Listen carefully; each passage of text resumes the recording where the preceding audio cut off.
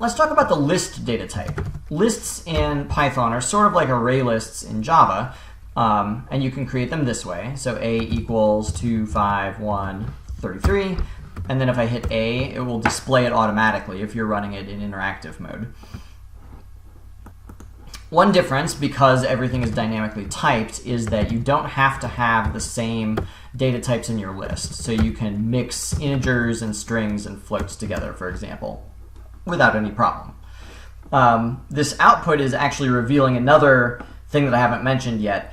You can treat double quotes and single quotes interchangeably as long as you're consistent. So I could say message equals hello, and that's the same thing as saying message equals hello, but I can't start with one and then end with the other.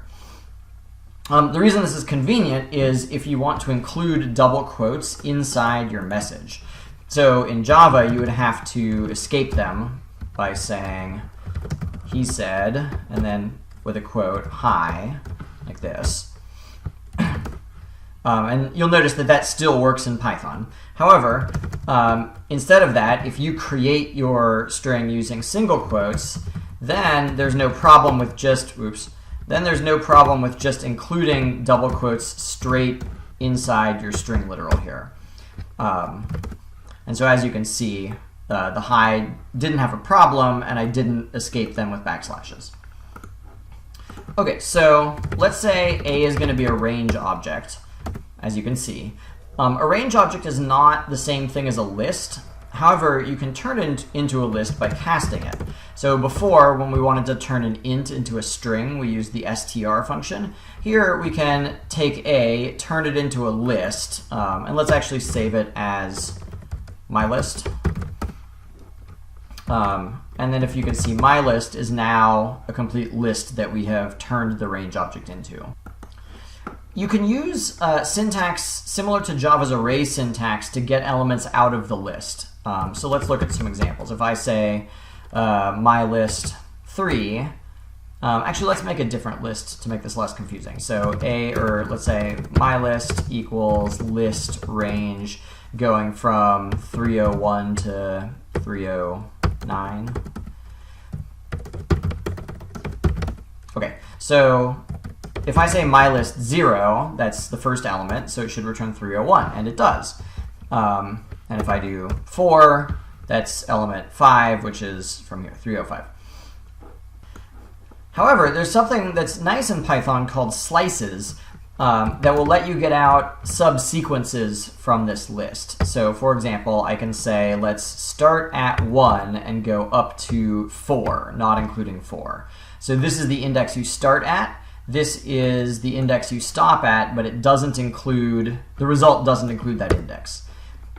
So here I'm starting at index 1 and I'm going up to index 3.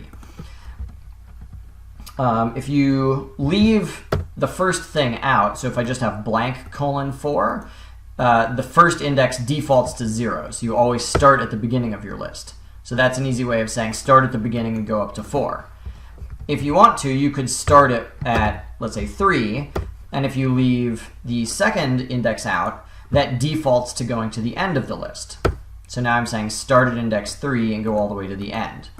If you wanted to, you could leave both of them out, but that would just start at the beginning and go to the end, which might seem silly until I tell you this third thing.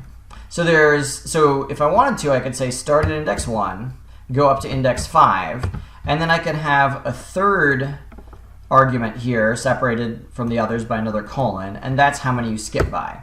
So here I'm starting at 1, going to 5, skipping by 2s. So the reason why you might want to leave off the first 2 is leaving off the first index says start at the beginning.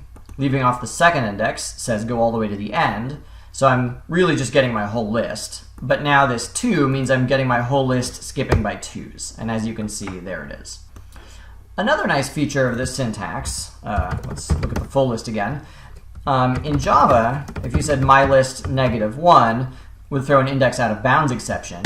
Here, it just loops around to the end of the list. So the -1 index is the end of the list. And you can just keep going. The -2 index is 2 from the end of the list, and so on. So that actually gives us a very powerful way of doing something like getting the last 3 elements. if I want to just get the last 3 elements of the list, I don't have to do anything like ask the list how long it is. Oh, I haven't told you how to do that yet. It's with the len function. So I don't have to say like figure out the length of the list and then subtract some number and go to the end. That's a lot of thinking. Instead, I can say let's start from -3 and let's go to the end of the list. And I know it's the end of the list because I'm leaving this one blank. And that automatically gets the last 3. If I wanted the last 4, I'd say start at index -4 from the end. And now I've just gotten the last 4. To make things even better, all of this same syntax applies to strings as well. So if I say this is a sentence and I say word 0, that's the T. If I say word 0 to 5, that's the word this followed by a space. If I say word : 2, remember that's starting at the beginning, going to the end, skipping by 2's, so that's getting every other letter. If I say -1, that will be the E at the end of my string, and so on.